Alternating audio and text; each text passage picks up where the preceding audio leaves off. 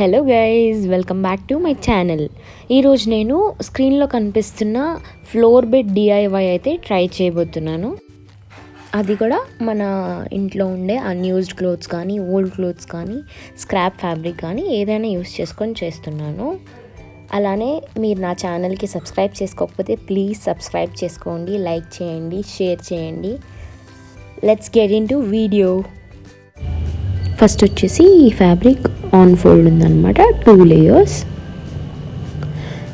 Also నేను దీన్ని width నాకు ఎంత కావాలి, లెంత్ ఎంత కావాలి అనేది చెక్ చేసుకుని కరెక్ట్గా కట్ చేసి పెట్టుకున్నాను. నేను ఇక్కడ చూపిస్తున్నట్టు 4 sides స్టిక్ చేసుకోవాలనంట. మధ్యలో మాత్రం ఇక్కడ స్పేస్ వదిలేయాలి స్టిక్ చేయకుండా. ఈ స్పేస్ ఫిల్లింగ్ అయిపోయాక మనం హ్యాండ్ నీడిల్తో స్టిచ్ చేసుకుని ఫినిష్ చేసుకుంటాం అనమాట. అలాగే నేను ఈ వీడియోలో చూపిస్తుంది ఫ్యాబ్రిక్ ఫ్రంట్ ఫేసింగ్. మన స్టిచ్చింగ్ ఏదైతే ఉందో మనం back side of the fabric stitch చేయాలన్నమాట. మనం దాన్ని రివర్స్ చేస్తాం కాబట్టి ఫ్రంట్ ఫేసింగ్ వస్తుంది.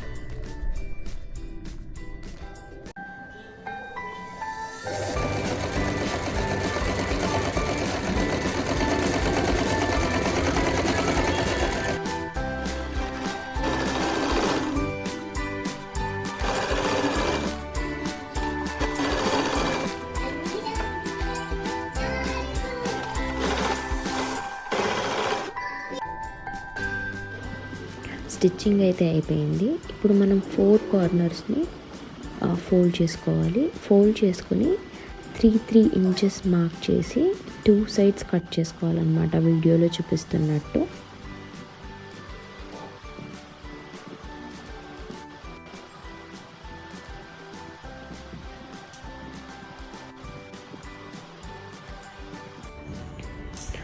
సో కట్టింగ్ అయితే అయిపోయింది.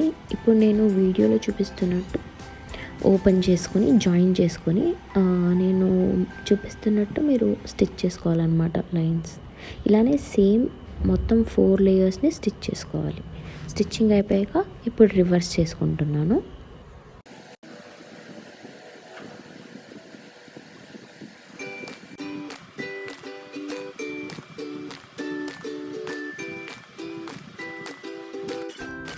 కవర్ని రివర్స్ చేసి సైడ్కి అయితే పెట్టుకున్నాను. ఇప్పుడు నా దగ్గర ఉండే ఓల్డ్ స్క్రాప్ అయిన అన్యూజ్డ్ ఫ్యాబ్రిక్స్ అంతా తీసుకుని వచ్చి స్క్రాప్లా చేస్తున్నాను అనమాట. స్మాల్ పీసెస్లా కట్ చేసి ఫిల్లింగ్కి మనం ఇదైతే యూస్ చేయబోతున్నాము. ఏ ఫ్యాబ్రిక్ అయినా యూస్ చేయొచ్చు, దానికి ఏం ప్రాబ్లం లేదంట. లోకల్ ఫిల్లింగ్లోకి వెళ్ళిపోతుంది, కానీ ఈ క్లోత్ అన్నా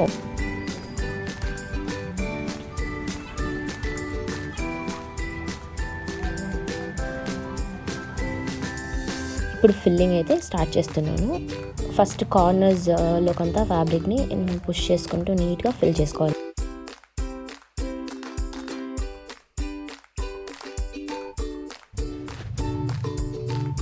ఇప్పుడు ఫిల్లింగ్ పార్ట్ ఫినిష్ అయింది. ఇక్కడ మనం స్పేస్ వదిలాం కదా, అది హ్యాండ్ నీడిల్ యూస్ చేసుకొని స్టిచ్చింగ్ చేసి ఫినిష్ చేయబోతున్నాను.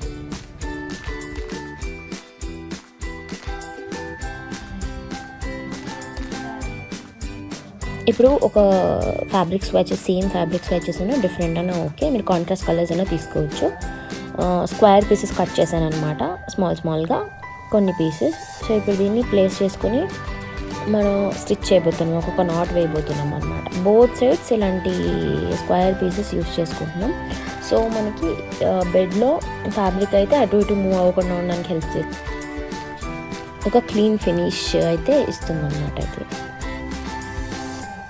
నేను ఇలానే సేమ్ బెడ్ మొత్తం ర్యాండమ్గా ఒక 1 లైన్కి వచ్చేసి 1-2 స్క్వేర్ పీసెస్ తీసుకొని నాట్ చేసుకొని ఫినిష్ అయితే చేసుకున్నాను.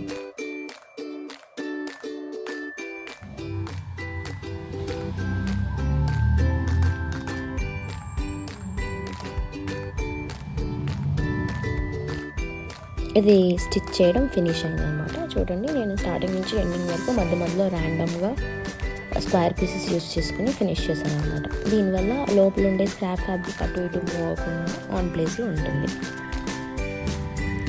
నేను తీసుకున్న ఫ్యాబ్రిక్ వచ్చేసి లైట్ షేడ్ కాబట్టి మీకు అంత నీట్గా కనిపించట్లేదు వీడియోలో, బట్ మీరు డార్క్ కలర్స్ యూస్ చేసుకొని చేసినప్పుడైతే చాలా బాగా వస్తుంది ఫినిషింగ్.